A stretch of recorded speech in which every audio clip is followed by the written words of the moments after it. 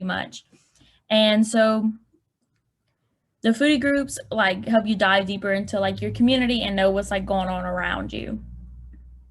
So the background of this case, so in April of 2021, Mr. John Rickman visited a pizza restaurant, which is shown here.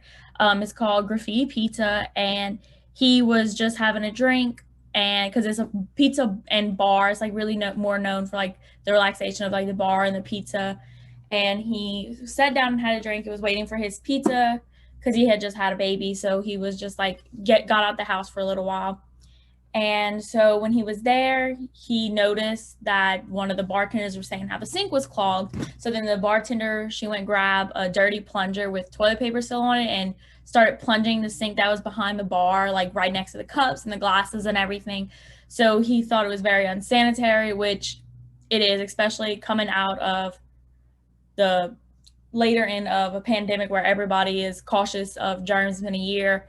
Everybody's cautious about it. He thought that this was just like insane. And he said he has a lot of experience in the food industry, and like you just can't do things like that, especially like where customers can see you eating there. But he was appalled by what he saw, so he went onto the one of the Pensacola foodie groups and wrote that he was disgusted with graffiti pizza and how he just didn't understand why they would do that. And he also made it funny, and he was like, I don't have diarrhea yet, but I'm waiting for it, like hence food poisoning, because if they're doing that in the front in the bar, or like imagine what the kitchen looks like. Well, so he posted to this group, and one of the admins ended up deleting his post. He said he posted it right before he went to bed. He said he's an old man, so he posted it probably around 8:30. Went to picked his phone up, went to bed, and woke up the next morning, and his post, he had shown that he had comments and likes on it, but the post was gone. So one of the admins was actually a marketing she worked for a marketing firm which is called 200 South 200, which is like a marketing manager firm kind of for a bunch of local businesses there in Pensacola, because this is in downtown, and it's more like Louisiana, Lafayette to downtown, where it's like more of like the hipster crowd, like I don't know, like draws a specific crowd. So they try to keep that image with their tourists and stuff. So the marketing manager messaged him, was like, "Hey, we're so sorry about this.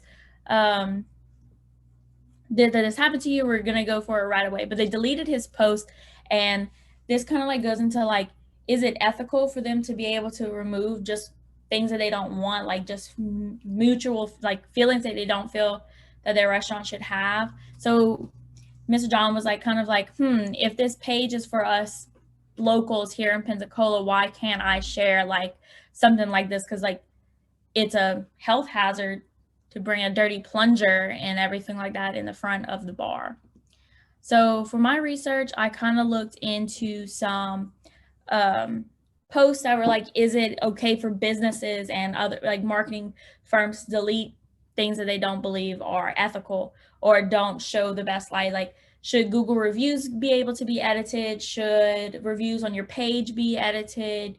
And that thing. Well, one marketing manager said, absolutely. This is from PR Weekly, that it should be able to be censored and cleaned up, because that's your image on the line, and it's so easy to ruin your reputation. Like, it's hard to build up a reputation, easy to ruin it. So she was like, it needs to be done, and like, or just have a way to hide the bad reviews. And then another guy, it was two people that had interviewed. The guy had said that, yeah, no, you shouldn't be able to edit it. That's like who you are as a business. So if you're scared to get bad reviews, and just change your business to the better, take that review. Don't take it like with a grain of salt. Take it heavily and change everything to do it. So I thought that was interesting. Um, so, and then people who go into restaurants want to be treated correctly because of like its customer service and everything. And like this just was not ethical. And then after Mr. John had posted, he made his own foodies group, and it's Foodies Unsolicited. Yeah, Unsolicited Foodies group. And he has a lot of followers on it. And so he reposted the thing, and one of the employees of Graffiti Pizza, which must have been one of the bartenders, was saying, coming at him, how rude he was and how he was spreading lies and everything. But he never posted their names. like the employees' names, just the name of the pizza place. But then he like starts to get harassed, so he like blocked this girl. Her name is Elizabeth. Blocked her, and she just kept coming at him and finding him from like different places, which is insane and just like reflects more on like what graffiti pizza is. Because like if you're gonna hire people like that and like stalk people on social media from a bad post from your business, and like how are you acting with your employees and how they act in the workplace. So it's kind of thing. So I just have like a few questions. How would you address this problem with a bad review? How would you make it ethical? And then You have 1 minute. If anybody wants to answer, pick one answer. We got about 1 minute. Yeah. If anybody wants to say like what they would do, or they have any questions or anything, I can answer those real quick.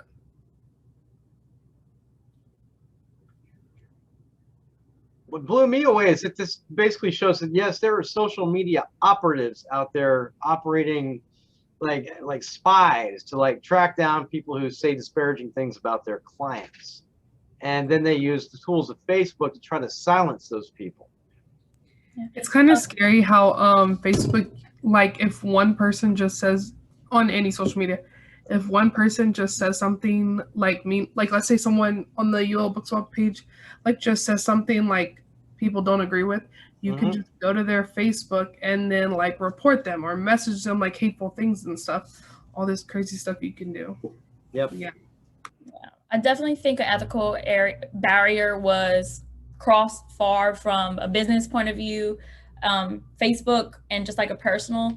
I think that this whole thing is insane, and there definitely needs to be more research on the ethical part behind like having Facebook and businesses together.